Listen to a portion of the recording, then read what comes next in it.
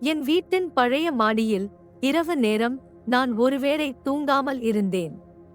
அப்போது ஒரு குளிர்ந்த காற்று என் முகத்தை தட்டியது. என் மனதில் ஒரு அச்சம். நான் என் கண்களை மூடியபோது ஒரு வெள்ளை ஆடை அணிந்த ஒரு பேய் என் முன்னே வந்தது. அதன் கண்கள் வெள்ளை வெளிச்சத்தில் மின்னியன. அது என்னை நோக்கி வந்தது. நான் அங்கே நிற்க முடியாமல் என் இதயம் வேகமாக அடித்தது. அது என்னிடம் ஒரு குரலால் பேசியது, நான் இங்கே இருக்கிறேன். அந்த வார்த்தைகள் என் உள்ளத்தை குத்தின.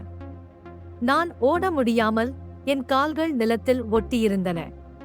அந்த பேய் என் வீட்டில் ஒரு இரகசியத்தை வைத்திருந்தது. அதை நான் கண்டுபிடிக்க வேண்டும். ஆனால் அது என்னை எப்போது விட்டுவிடும்?